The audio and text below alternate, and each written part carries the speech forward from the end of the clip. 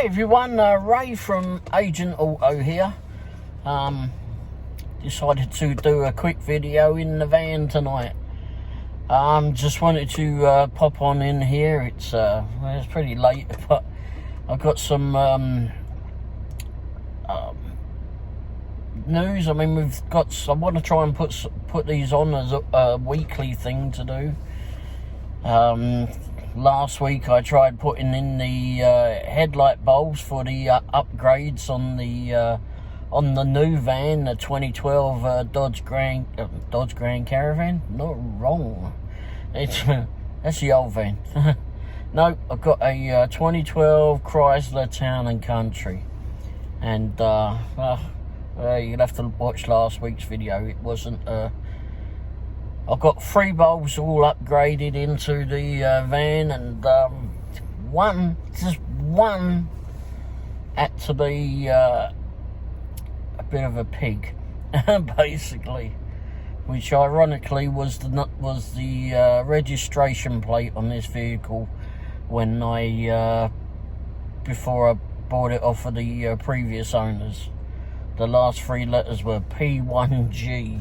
Yeah, should have told me something but anyway, I like the van, but that one bulb was a right royal pain in the backside, to say the least. Oops, me messing around. So I've got the heating on at the moment. Might turn that down just a tad on the fan, but it is 33 degrees out and it's about 9:30 at night. I was just watching a few different videos and that. We just turned up at home a little while ago and been out with some friends, and I don't know, I haven't made it indoors yet. I just looked at something on YouTube, and YouTube, as soon as I get stuck on that, all of a sudden I'm on there still on there an hour later. Anyway, so yeah, I wanted to go down. I've got some reviews and that on vehicles. Just had a offer of another vehicle to review as well, which will be a 2023 Hyundai Tucson. And yeah, that one should be a nice vehicle to do. I haven't done much with Hyundais. The last time I was at a garage in Wimbledon, and they were a Volkswagen dealer first of all, and then they went to Mitsubishi and Hyundai. And oddly enough, even at that time, Hyundai shared the same components as a Mitsubishi, but way back then. But anyway, they were interesting vehicles, and I've seen them at various garages that I've worked at over here. Obviously, you've seen them on the road, etc. Had a Hyundai Sonata at one stage that I'd rented from a local, I think it was Enterprise here in town, that I'd ended up renting off of them, and it was an alright car. It was quite a nice car. It was a bit set low to the ground, I think, on that one. It was around about the winter time. Well, it was winter time when I had that one, and it was nice and warm, and you know, kept the snow off my boots and that being in there. But it was so light. I remember I went up this incline a bit, and there was some snow on the ground. It just wasn't enough weight on the front of that thing. It was just not going up there, and to just let it roll back and find another way with the way in, because that thing was not going up that hill. But hopefully, but it was a light vehicle. It was just a passenger vehicle. That was all passenger car. Saloon car, as we call it back home, which I think you call it sedan here, which anyway, different phrases from different countries either side of the pond, I suppose. A lot of different things that we call differently over here. One everybody seems to know is the bonnet, which you call the hood here, and the boot, which is the trunk, and wings. We call them the wings, the front wings, and the wings would be defenders to yourselves. Well, I suppose it would depends on which side of the pond you're watching me from. Really must get rid of this beard. I say that, but we're expecting snow in a couple of days. The weather in the Midwest is crazy. But yeah, it's got some more reviews coming. I think I'm up to about 20 cars to review now, thereabouts. I've got the ones that we've got here. Got 4 vehicles here to review. I've got a Toyota Corolla, I've got a Volkswagen Passat, I've got a Volkswagen Jetta. 2 Jettas actually, different years to do.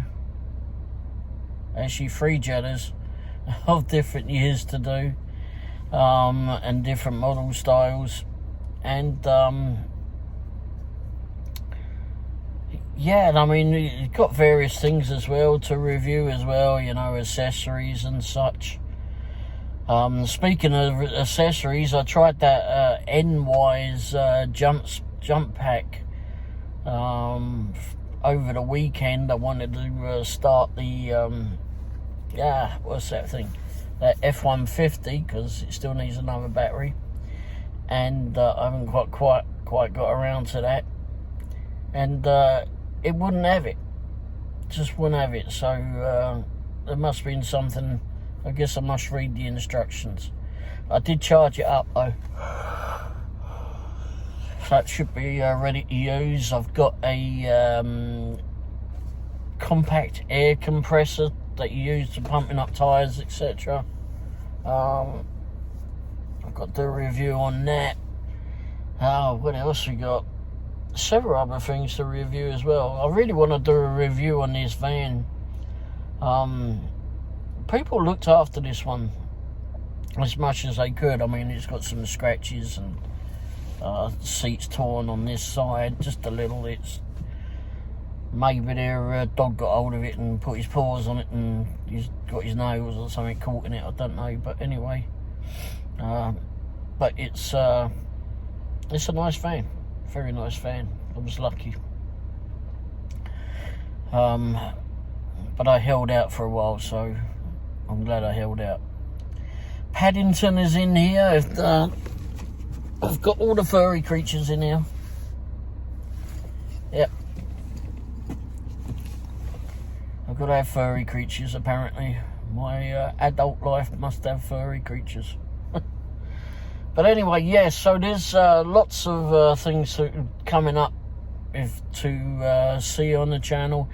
If there's anything that you want me to do a review on, I'm not going to do bloody headlights on the van again, I can tell you that.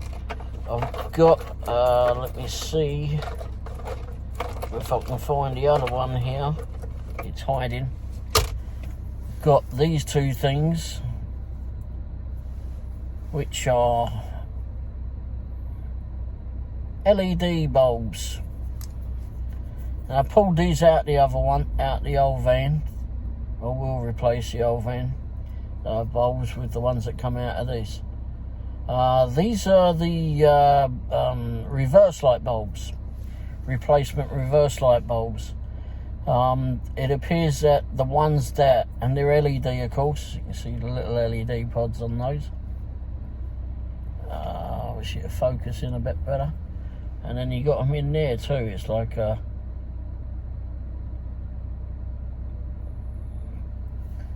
thing that. So anyway, and these ones just plug in. They just push in. They're the push-in type ones. I think they're 3157, if I remember correct, is the model name. And these will fit this. They came out the 2012 Dodge Grand Caravan. I'd upgraded to those, and these are very, very bright. The Dodge, the 2012 Dodge Grand Caravan, which I still own. I don't know what it is with Dodge. I mean, they went and put all LED lights in the back of their vehicles, the tail lights, the indicators, the side light, what we call the side lights, which are the tail lights, I suppose. All of those LED, super bright, will last for a long time. But for some stupid reason, Dodge just put in incandescent bulbs for the reverse light bulbs. Why? It just seems like they half-assed it. Why didn't you put in, just make it all? Because it's all integrated into the light system.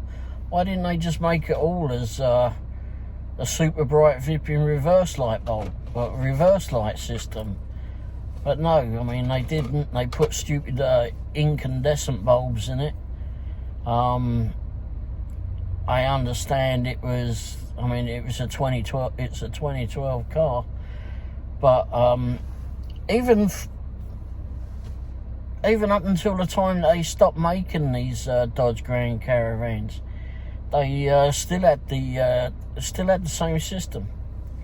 It was LED lights for the red part, which was the tail lights, brake lights, and indicators. But for the reverse light bulbs or backup bulbs, they were just incandescent bulbs. But luckily they're easily changed, and put these in. Well, this one and the other one that I just put back in the box here is super bright. Super bright. They dissipate less heat. They use a lot less energy, and they last an awful long time. They last a heck of a lot longer than your usual incandescent bulbs, and they're not that more expensive. I mean, they are more expensive than a regular bulb, but not that much more. I mean, they're coming down.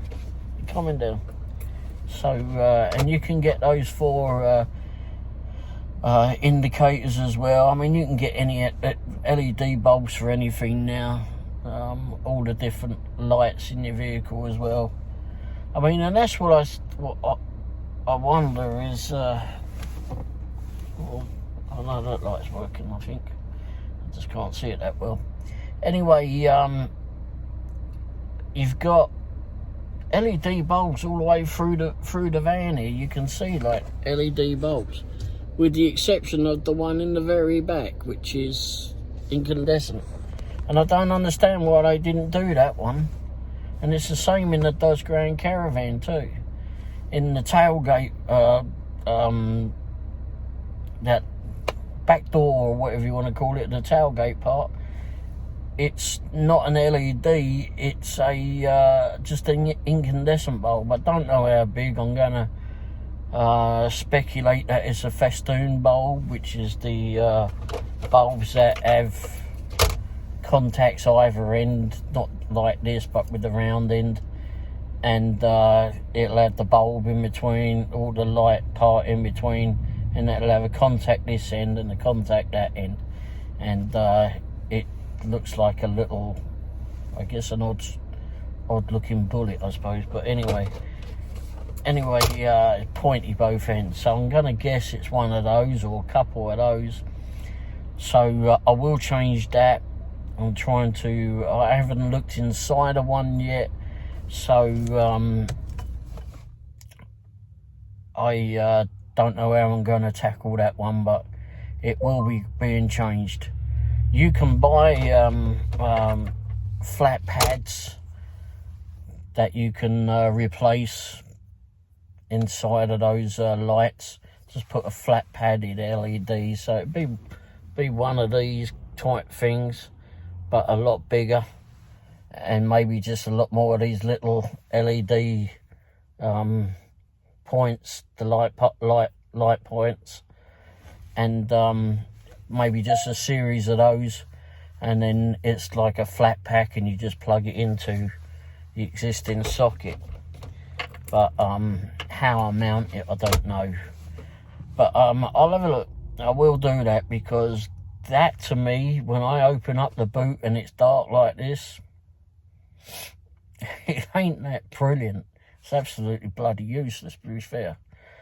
Yeah, there's some light there, but a combination of flipping dull old flipping bulbs and eyes that are getting a little bit old and tired don't work too well. And by the way, that's my GPS flipping singing in the background. It always wants to pipe up and say something. So yeah, I'm pretty much big into LED lighting. I don't know why it's not throughout. I don't understand why they only do it halfway through a vehicle. And certainly with these and the Dodge Grand Caravan of the same body style, I don't know what, it just seems like they half-assed it. And what I didn't, and that's the Dodge Grand Caravan, is exactly the same with all the lights and all the way through, and the backlight there. And it's got the tail light, like I said, it's got the tail lights, the indicators and the brake lights are all LED, and they're actually part of the lamp. So if one of those LED things breaks, like one of these little diodes flipping stops working for whatever reason, then you either live with it or you have to go buy a new lamp assembly, which is a bit unfortunate. But I think if you can take them apart, which if I ever get a chance I will take one apart, I won't necessarily take that one apart because there's nothing wrong with it, but or the ones on the other one, but if it ever happens, I'll take it apart and I'll fix the darn thing, because they're not uneasy to fix. They might be or repair. I mean, you just take one out and put it in, put in a new one. But it's the actual unsoldering it and putting it in isn't the problem. It's the getting to that fixture and putting it all back together again. This darn thing always wants to take me home, and I'm like, I don't know, 10 foot away from the garage door. You Garmin, if you're watching, fix that, will you? Drives me nuts, that thing. Anyway, so yeah, like I said, I'm well into LED bulbs. So and for those who don't know what LED means, it's light emitting diode. They're about 30% power of what they use from an incandescent bulb, and the same with a headlight bulb. I mean, any of those bulbs, I mean, they use a heck of a lot less power, and they last an awful long time. I've left the lights on in the other one all night long, come out, and for some daft reason I left them on, I don't know why, and then come out and next day and went, oops, waiting for the dead battery thing, and it's been fine. I guarantee if it wasn't such a good battery, I suppose, then, and they were just the usual incandescent bulbs, they would be blazing hot for sure, and there may well be a chance that my battery would have been not so well. So I'll turn this thing off, see if that makes it any different. Yeah, so really it was just to announce that I've got some the videos to announce that I've got these different reviews coming, and there's lots of things that I want to review about vehicles too, and also buying and selling of vehicles. As I'll always tell you, if you're if you do insist on going to a car dealership, or even if you're not going to a car dealership, know what you're going to buy. Just research it. If you're going to a car dealership, don't ever, and you're going to trade, and you're intending to trade in a vehicle, don't ever give them the flipping key. Don't ever give them the main key to your vehicle. Never give them that. Go in with a spare key. I'm just going to show you this quickly, if I can get the bugger out. Is just give them a spare key. Now you can't get a spare one of these too easily, or you can, but I mean, it costs you about $20, $30 or whatever. But what you want to do is just go in. Don't give them this part, because this actually stays inside of there. But just give them a, this is your emergency key in case your battery goes in the remote. So you just take out the emergency and plug that in the door lock. But what I'm saying is if you're going to a car dealership, don't ever give them the key fob. Just give them a spare key. In fact, maybe go down to your local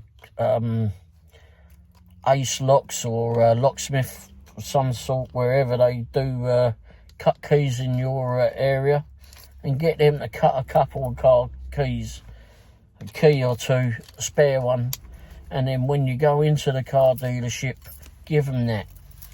Because, like I said, if you're trading in the vehicle and this is the only key that you got, or that's the only key that you happen to have on yourself, car dealerships will want to test out your vehicle. They'll want to look in it. They want to get the mileage and such from it, and they'll keep the key.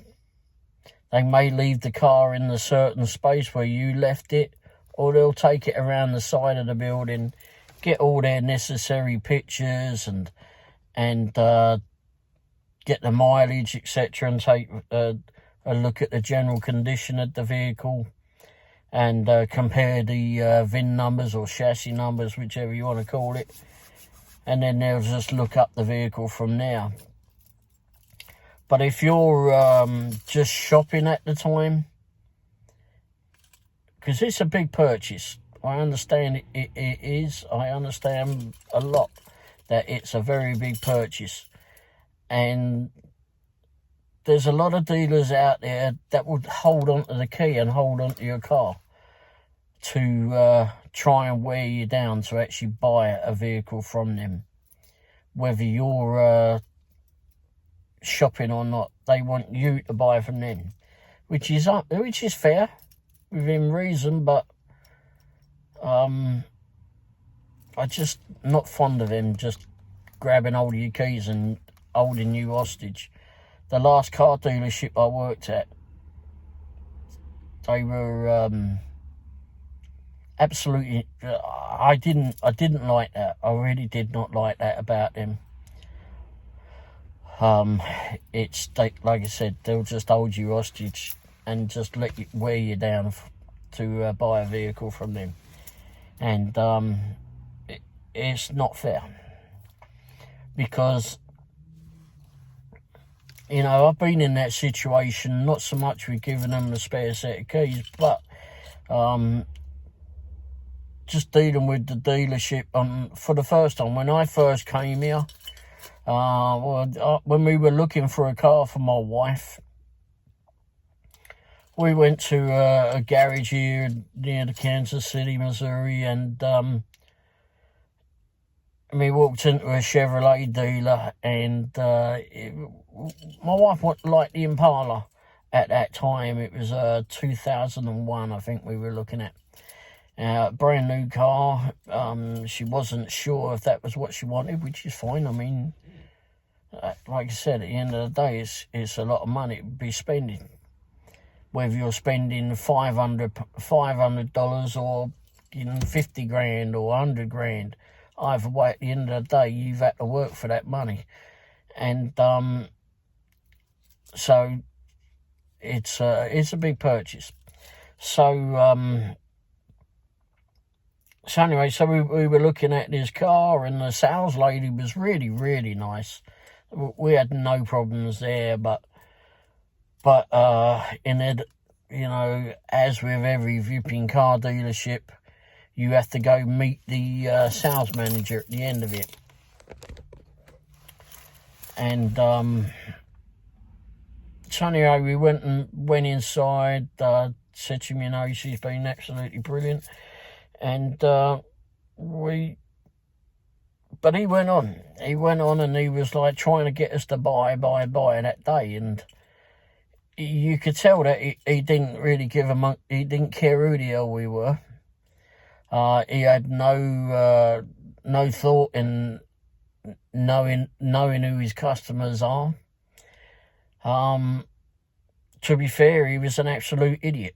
He was an absolute arse. And he proved that when he kept saying, "Oh, do you want to buy today? You want to buy it today? Come on, I'll do you this today. I'll do you this today." And I kept saying, "This is the first vehicle that we've looked at. Leave it be." If you just leave the people alone, let them make their decision. If they really like the car, we like the car. She liked the car. Wasn't for me, mainly, but she liked the car. But if they would have been a bit more, if he'd been a bit more respectful, I suppose, then you never know. You might have bought a car from them if they had the right car.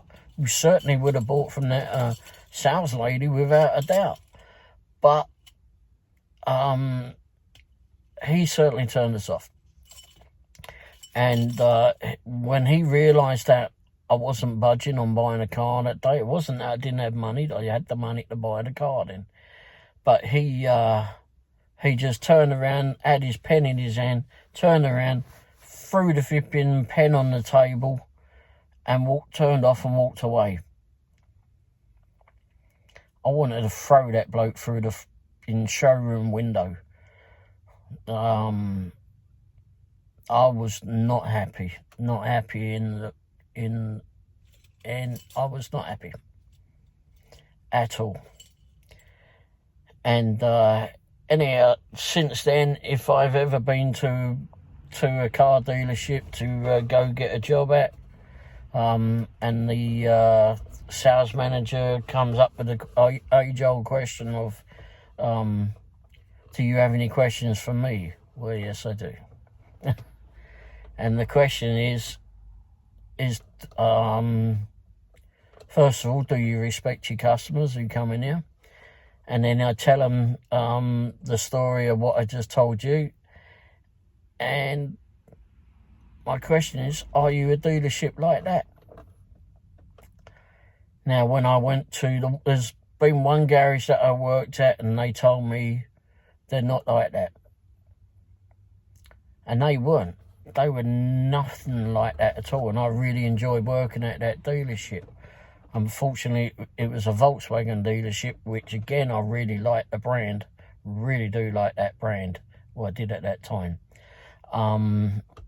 Got a lot of features in those vehicles, a lot of safety features. But some that people don't even know about.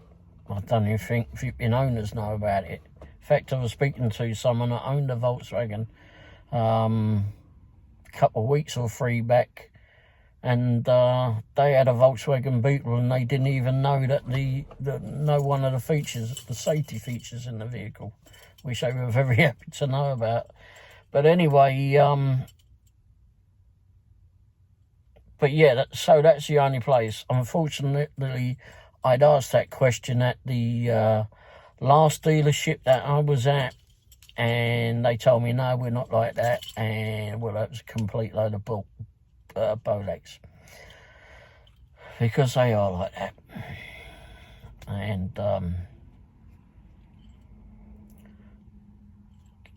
anyway, I can't get into that one. But So anyway, my intent on this channel is to try and help everyone through the crap of dealing with all of that. I don't like people being stitched up in that way. I don't like people being taken advantage of when they're paying such a lot of money out for a vehicle. And you know, I just want to show you ins and outs of it that I know. I mean, there's a lot I don't know. I'm not going to tell you I know every damn thing. That would be stupid.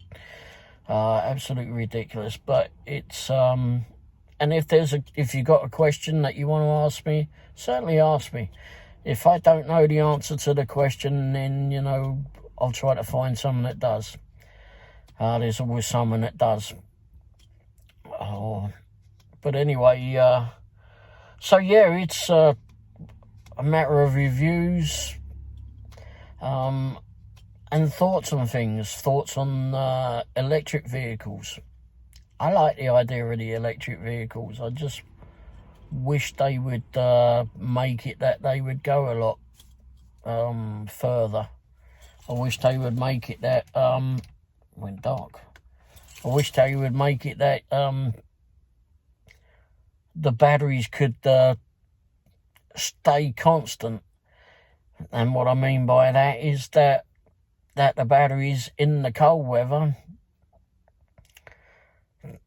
they're reduced durability, to say the least. I mean, let's say, for example, a Nissan Leaf doesn't go very far anyway.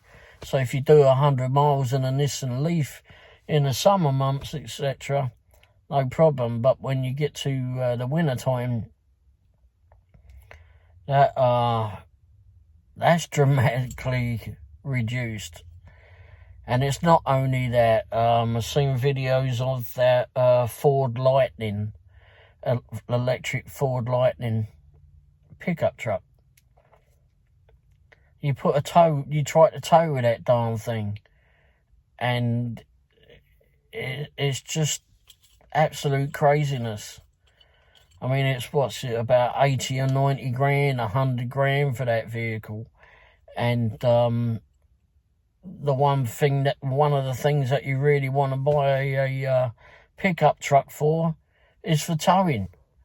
And that thing that you buy it for is, I mean, these lights don't want to stay on, do they? It's ridiculous. It's the durability of those batteries. It's not advanced enough. And I can't believe Ford are just going to be doing trucks now. No more flipping cars for them. Well, at least not in the US. I don't know whether that's the same throughout the world. And if Ford are looking to do electric vehicles, electric trucks, and the Ford Lightning is one of the ones that they're going to be offering, then I'm afraid they're going to go in. They're not going to last very long. Ford have made a ridiculous decision that way. I mean, I know that they got the Ford Mustang, the new electric thing. How well that performs on a durability scale, I don't know. Anyway, I don't think they should have called it a Mustang, but it's another pet peevance, I suppose. But anyway, that's it. So we've got new vehicles that are coming in for reviews. And they're not all going to be brand new. We've got that 2023 Hyundai. That's a brand new one, obviously. Let's turn this light on. Let's turn the engine on. That's going to be a brand new vehicle. There's going to be a Ford Maverick that is actually will hopefully be here at some stage soon. I'm sure the bloke who's ordered it is hopeful that it's going to be here soon. So that'll be another vehicle to test. And those are the brand new ones. I've got a lot of used ones, older vehicles. We've got This one a 2012 Dodge Caravan, 2001 F-150, 2005 Jaguar there. I've got various Volkswagen Jettas to do. So it's not all going to be, and some older Toyotas too. So it's not going to be all brand new vehicles, is what I'm saying. Which is good, because it'll give you from... drive to highlighted route. How well these vehicles have performed throughout the years for these people. And what these vehicles have needed over the years. So something for you to actually look for, etc. for when you're buying a vehicle. I mean, not everyone goes into a car dealership to want to buy a brand new car. I've bought brand new cars before. I won't ever again. I'm not going to ever do that again. But anyway, alright. Anyway, so like I said, any questions, give me a call. Just shoot me a message somehow. And if you've got a car that or vehicle of some sort that you want me to review, I don't mean a Tonka toy. I mean a pickup truck, or a nice looking British car. One that's still running, preferably. Although the electrics on the older cars are not so brilliant. But anyway, and an old classic car, I used to have a London Taxi. It was here, and I really regret selling that old beastie. But yeah, so just let me know if you got something that you want me to show, put on the channel. I'm here in Kansas City area, so we'll get together and do a review on your vehicle. And yeah, thanks for watching. Don't forget, like, subscribe, and hit the bell icon so you know when I'm putting out a new video, etc. Alright, thanks for watching. Cheers. Ta-da.